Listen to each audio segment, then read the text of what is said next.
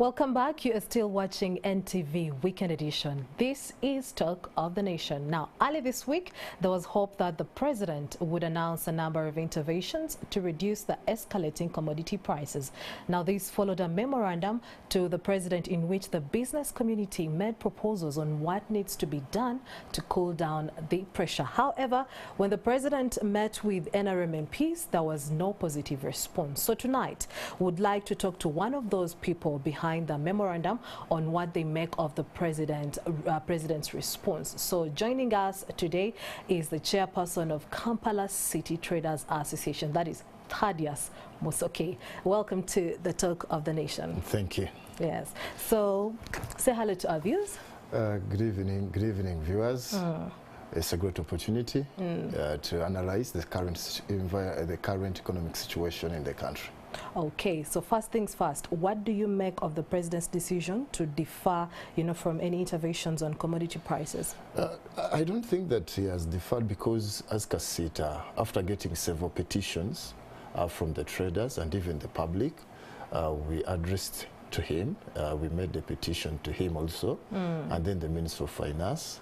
So later the president instructed the Minister of Finance to formulate a special committee which comprises of different stakeholders. With this, it was the Minister of Trade, with the traders, the manufacturers, and Uganda Revenue Authority, because the president wanted to know what exactly is causing such a crisis. So when the committee sat, we made some recommendations. First of the recommendation was to handle the fuel issue, because the prices for fuel has been increasing on a daily basis. So with this, we thought that any intervention can save. Our concern was about the marking, is it the coloring of the petrol or the fuel, and then even the charges on the fuel. Because the demand even is not just here in Uganda, we thought that even can we make it a priority to make sure that we can fully embrace public transport so that we can reduce on even the jam. During jam we waste a lot of fuel and even like early hours and then even evening hours. So even we made further recommendation, can the government make rail transport a priority and water transport because it's cheaper. So most of the goods and even the raw materials which are used by our local industries here use trucks which consume a lot of fuel. So given the current price, you find that it has a direct impact on the cost of the final product. So we thought that the railway could be taken as a priority. Already we have 4 locomotives which we launched last year, and we thought if the government can add in more locomotives, it can somehow reduce on the demand of the fuel which is highly demanded currently. And then furthermore, we thought that to have like a short-term strategy was to allow traders to import goods which are scarce currently on the market. You find that cement is scarce, cooking oil is scarce, and even now all building materials. Yes, so all building materials, the prices are almost doubled.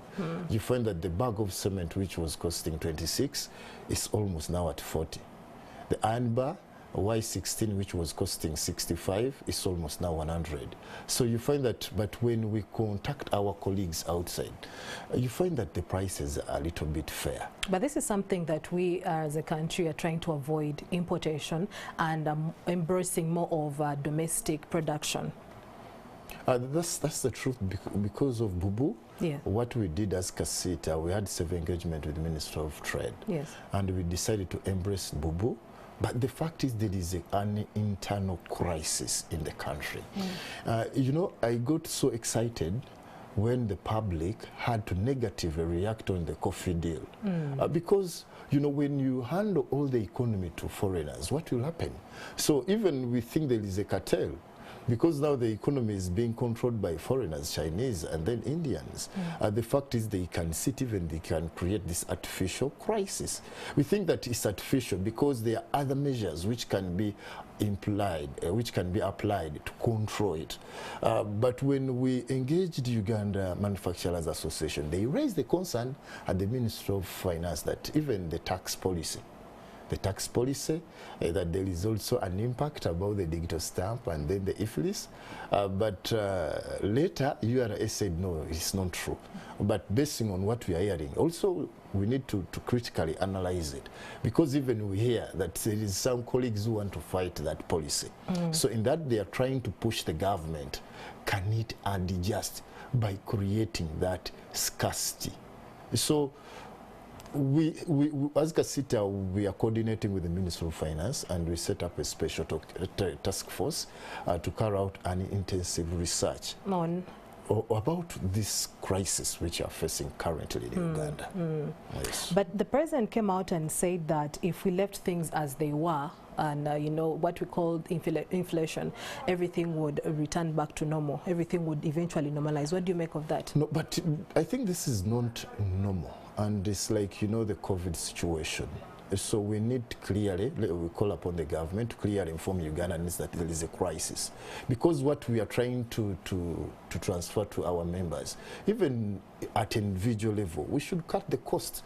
We should cut our expenses, because the moment you wait for the situation to harmonize, cut our expenses to, yes, to what? You know, like they're saying now, the Ukraine-Russian war. So anything which has at least the wheat and what, maybe now we go to Guinness, we can use our local maize, and even we can use maybe our cassava. Unfortunately, even produce is not yet on the market. It's not what we have on the market. It's not enough.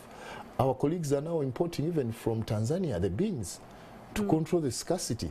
So the market currently, there is a lot of scarcity, even from agri products to even other manufactured products here in the country. Okay, so what do you make, or what is actually the cause of this rise? Because we heard of, first of all, it was the fuel price. I mean, it was COVID-19. Then we have the fuel price, the war between Ukraine and Russia. And, you know, the prices keep on escalating every other day. So what is exactly the cause of this? You know, when I try to consult also to my colleagues, they say, now, Chair, you have the right answer. But also we here, we don't have a right answer. That's why I said that we are waiting for a report which is carrying out a research. We are coordinating with the Private Sector Foundation, CASITA, and even other partners, because we thought that if we can exactly identify what is causing this, we can find possible solutions. But currently, what I can confirm that even the operation costs are so high, operation costs. And most of our members refer to the escalating fuel prices. So currently, that's what we are guessing on until we get a detailed report from our research technical team. I think that's when we can come out strong, like, no, this is causing the problem. Just imagine, even last week we got some information about Umeme. Everything is going up.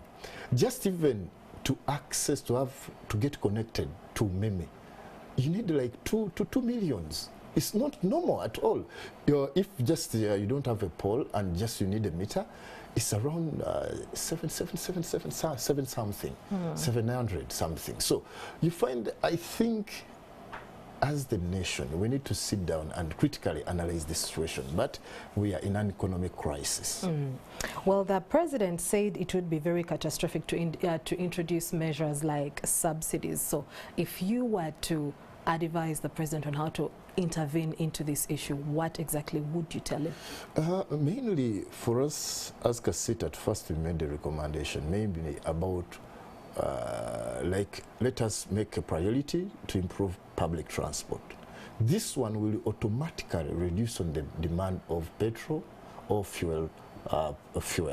And then secondly, we made a recommendation that the Bank of Uganda not tamper with the CBR, because they think that there is that inflation, that one cannot apply currently. Because when we move around the town, my friend, the poverty levels are very high. but we don't know what is exactly causing this. That's why we said even the president, in order to control the prices, if the manufacturers are creating this scarcity, the importation, we could also not forego importation. We could think as an alternative. We know if sugar is being hidden, they will have to release it because now they are facing a lot of competition. So if even cooking oil is being hidden to create that scarcity, because you find that the prices are increasing on a daily basis. Just imagine the jerry can of 20 liters for cooking oil, which we used to buy at 95,000. It's almost 200. It's absurd. It's available, but at a very highly cost. So there is no way you can tell me that the raw materials are not available, which means the raw materials are available. But then why should the cost almost double? So I think that's where even the Ministry of Finance and Trade should intensively make research to find possible solutions. Okay. Because these ministries support the president. They represent the president. They have direct contact to the manufacturers. They have direct contact to the traders. And I think they can find possible, if they can utilize the other task force which the president had instructed. You never know, by this time, you would have found something which could save the situation. Because even we had agreed that that committee sit on at least every week to evaluate and see how is the progress. Our recommendation fully being implemented or they haven't. Then what brings the situation to worsen? Or now the situation is harmonizing. But currently, there is nothing which the government is doing to control this crisis. Okay, just in your parting shot, for a client who is watching out there, when can they expect relief from this crisis? Basing on what we are getting, I think Ugandans, I think it's just the start. It's just the start. Are we bracing ourselves for the worst? Yes, I think the situation is going to worsen unless the government comes out to come and intervene. But basing on what we are getting, the government is not ready to intervene. Just imagine that... is it because of what you're suggesting to them about, reducing on the taxes? The taxes, if it's possible, they could reduce. They were arguing that one cannot have a direct impact on the situation. But we told them, okay, let us try. But what happens to the foreign exchange if these things are tampered with? No, if the things are tampered with, I'm sure they can try to cool down the situation. Okay. Because this situation was amplified by the increase in fuel. And currently it's increasing. That's why even the schools, they're saying our budgets are in shortage, so we need to increase even the fees. So that's why I'm trying to say that Ugandans should embrace for the worst. Otherwise, we call upon the government to intervene and try as possible to find possible interventions. All right. Thank you so much, Mr. Musoke Thadeus, who happens to be the chairperson of the Kampala City Traders Association, getting to share with us and highlight more on what is actually causing the increasing or escalating prices of the different commodities. Well, thank you so much for being a part of this conversation. We take a break and return with more stories in NTV Weekend Edition.